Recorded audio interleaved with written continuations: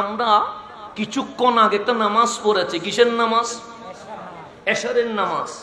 নামাজ কার জন্য? মন্ত্রীর জন্য পড়া হয়, এমপির জন্য পড়া হয়, কোনো মানুষকে দেখানোর জন্য পড়া হয়। সেই জন্য আপনি নিয়ত বেঁধেছেন আল্লাহু আকবার।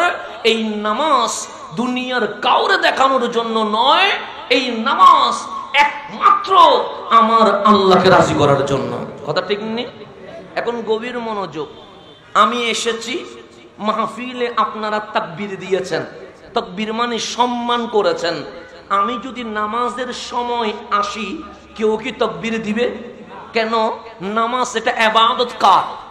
তা আল্লাহর সম্মান যেখানে চলে, সেখানে বান্দার সম্মান কখনো চলতে পারে? পারে না। সেজন্য মন্ত্রী আসলে আমি স্লোগান দিব, নামাজের ভেতরে নয়, নামাজের বাহিরে। নেতা আসলে স্লোগান দিব, নামাজের ভেতরে নয়, নামাজের বাহিরে। প্রধান অতিথি আসলে চেয়ার ছেড়ে দিব, নামাজের ভেতরে নয়, নামাজের বাহিরে। সেই জন্য আপনাকে এখন আমি সালাম দিতে পারবো, আপনি আমাকে সালাম দিতে পারবেন, কিন্তু নামাজে মায়ের কথা বলা যাবে? বাবার কথা বলা যাবে? মন্ত্রীকে সালাম দেওয়া যাবে?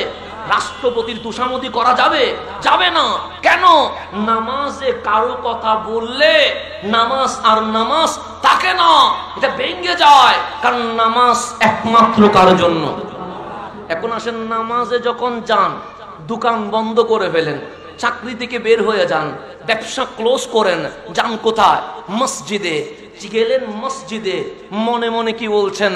মালিক, আমি আমার পরিবারকে ঘরে রেখে এসেছি, মালিক আমার দোকান আমি বন্ধ করে দিয়েছি, আমি মসজিদে এসেছি একমাত্র তুমি আল্লাহরে রাজি করার জন্য। কথা ঠিক না?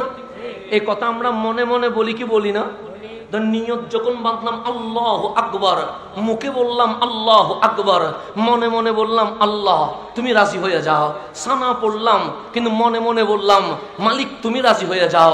কারাত শুনলাম, মনে মনে বললাম মালিক তুমি রাজি হয়ে যাও। সুবহানা রাব্বিয়াল আযীম বললাম, মনে মনে বললাম মালিক তুমি রাজি হয়ে যাও। সিজদায় গেলাম, সুবহানা রাব্বিয়াল আলা বললাম, মনে মনে বললাম মালিক তুমি রাজি হয়ে যাও। নামাজ মানে বান্দা আল্লাহর সাথে কথা বলা, নামাজ মানে আল্লাহ বান্দার সাথে কথা বলা। তো নামাজের ভেতরে আমরা কে রাজি হোক চাই? আল্লাহ রাজি হোক। তা আল্লাহ কথা বলবে।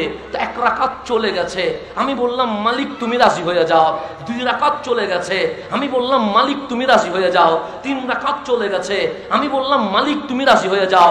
চতুর্থ রাকাতে বসে গেছি, আত্তাহিয়াত শুরু করেছি, মনে মনে বলছি মালিক আমার নামাজ আমি শেষ করব, শেষ বৈঠকে আমি চাই মালিক তুমি রাজি হয়ে যাও। আমার আল্লাহ বলছে বান্দা কি করছিস? আমরা বললাম মালিক নামাজ পড়েছি। কি বলেছিস? আমরা বললাম মালিক কখনো বলেছি আল্লাহু আকবার, কখনো বলেছি আলহামদুলিল্লাহ রাব্বিল আলামিন, কখনো বলেছি সামি আল্লাহু লিমান হামিদা, কখনো বলেছি রব্বানা ওয়ালাকাল হামদ, কখনো বলেছি সুবহানা রাব্বিয়াল আযীম, কখনো বলেছি সুবহানা রাব্বিয়াল আলা। মালিক বলে কি চাস? আমরা বললাম মালিক তুমি রাজি হয়ে যাও। মায়ের নাম বলিস নাই? আমরা বললাম বলি নাই। বাবার প্রশংসা করিস নাই? আমরা বললাম করি নাই। তোর দুনিয়ার কোন লিডারকে সালাম দেশ নাই? আমরা বললাম দেই নাই। তোর আত্মীয় স্বজন কারো আলোচনা করিস নাই? আমরা বললাম করি নাই। আমার মালিক বলে নামাজে বাবার নাম নিলি না, মায়ের নাম নিলি না, কারো নাম নিলি না, কেন? আমরা বলি মালিক এই নামাজ কাউকে দেখানোর জন্য নয়, তুমি মালিককে রাজি করার জন্য। আল্লাহ বলে এখন কি করবি? আমরা বলি মালিক সালাম ফেরায়া নামাজ শেষ করে দিব। আল্লাহ বলে এই শেষ বৈঠকে কি চাস? আমি বললাম মালিক তুমি যেন রাজি হও সেটাই চাই। আল্লাহ বলে সেটাই চাস? আমরা বললাম হ্যাঁ। সেই জন্য বাবার কথা বলি নাই, মায়ের কথা বলি নাই, নেতার কথা বলি নাই, কোন লিডারের কথা বলি নাই। আল্লাহ বলে যদি চাস আমি আল্লাহ রাজি হই যেই নামাজে তোর মা বাবা কাউরে সালাম দেশ নাই, সেই নামাজে দরুদে ইব্রাহিমের মাধ্যমে আত্তাহিয়াতুর মাধ্যমে আসসালামু আলাইকা আইয়ুহান নবী বলে আমার নবীর একটা সালাম দিয়ে দেয়। তাহলে নামাজে বাবার সালাম আছে নাই? মায়ের সালাম আছে নাই? আত্মীয় স্বজনের সালাম আছে নাই? নেতার সালাম আছে নাই, এগুলার সালাম দিলে নামাজ ভেঙ্গে যায়। আমি যদি নামাজের ভিতরে আম্মারে বলি আম্মা জান আপনাকে সালাম, আল্লাহ বলে আর নামাজ পড়ার দরকার নাই।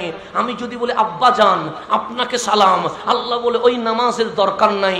যেই নামাজে কাউরে সালাম দিলে নামাজ ভেঙ্গে যায়, আর আল্লাহ বলে আমি আমার হাবিবকে এত পছন্দ করি, আমার নবীরে সালাম না দিলে আমি আল্লাহর নামাজ কবুল করি না। তাহলে নামাজে নবী লাগবে কি লাগবে না? আপনি নামাজে আসসালামু আলাইকা আইয়ুহান নবী বের করে দিতে পারবেন? মাইনাস করতে পারবেন? তো নবীর নাম নামাজে আছে না নাই? শিরিক হয়ে গেছে, বেদাত হয়ে গেছে। তো নামাজ এটা আল্লাহর জন্য, কিন্তু আল্লাহ বলে আমার জন্য নামাজ। এটা যদি কবুল করাইতে চাও তোমার রসুলরে সালাম দাও। তা আমরা বললাম আসসালামু আলাইকা আইয়ুহান নবী। আমার কামলিওয়ালা রসুল বলে ওগো উম্মত, যখন দাঁড়িয়েছিলি তখন তো সালাম দেশ নাই, যখন রুকু করেছিলি তখন তো সালাম দেশ নাই, যখন সিজদা করেছিলি তখন তো সালাম দেশ নাই, হঠাৎ নামাজ শেষ করার আগে সালাম দিলি কেন? আমরা বললাম নবী গো, ডাইরেক্ট চেষ্টা করেছিলাম, নামাজ কবুল হয় না আপনারে সালাম চারা, সেই জন্য আপনারে সালাম দিছি। কামলিওয়ালা বলে আমারে সালাম দিয়েছিস? আমরা বললাম হ্যাঁ। আমার রসুল বলে আমি তো সালাম নিব না। আমরা বললাম নবী গো, কেন সালাম নিবেন না?